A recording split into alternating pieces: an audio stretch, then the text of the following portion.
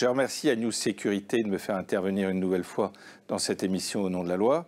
Et aujourd'hui, je voudrais revenir sur un projet de loi qui est actuellement devant le Parlement et qui concerne les Jeux olympiques et paralympiques. Et beaucoup de gens l'ont commenté, dont moi, et on s'est intéressé surtout à l'aspect caméras augmentées qui vont désormais être autorisées dans certaines conditions. Mais il y a des points qui ont peu été commentés, voire pas du tout, et sur lesquels je me dois d'attirer votre attention. Vous savez qu'il y avait des bisbilles entre le Code de la sécurité intérieure, alors quand je dis bisbilles, c'est des contradictions pour parler de termes plus juridiques, entre le Code de la sécurité intérieure et le RGPD. Et on se demandait si les systèmes de vidéoprotection relevaient ou non du RGPD, avec des réponses négatives, des réponses positives.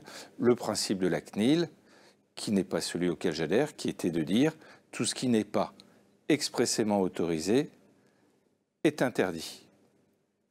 Et dans le projet de loi, il y a un élément important, c'est qu'on va vous dire les systèmes de vidéoprotection sont des systèmes de traitement des données personnelles.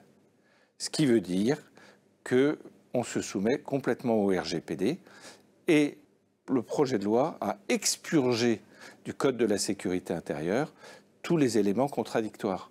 Donc sur le plan juridique, on a un meilleur équilibre, on a une intelligence qui est sans doute plus grande, mais est-ce que sur le plan efficacité d'utilisation des outils comme les caméras dans tout ce qui est sécurité électronique, est-ce mieux?